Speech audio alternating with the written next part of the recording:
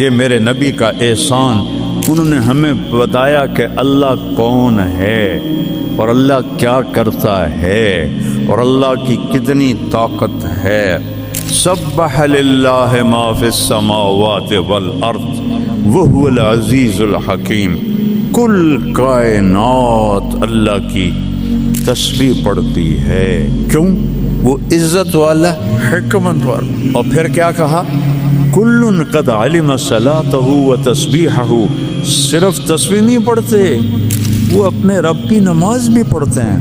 رب ذوالجلال کی قسم، جس چٹائی پر بیٹھے ہو، اس کا ایک ایک دھاگا اللہ کی نماز پڑھ رہا ہے، ایک ایک دھاگا اللہ کی تسبیح کر رہا ہے۔ اس مسجد کی ایک ایک اینٹ نہیں، اینٹ کا ایک ایک ایٹم، ذرہ ذرہ، وہ میرے رب کی نماز پڑھ رہا ہے، تعریف کر رہا ہے۔ ہوا کے جھونکوں میں چلنے والے ہوا کے ذرات، وہ ایک ایک ذرہ اللہ کی تسبیح پڑھتا ہے، اللہ کی نماز پڑھتا ہے۔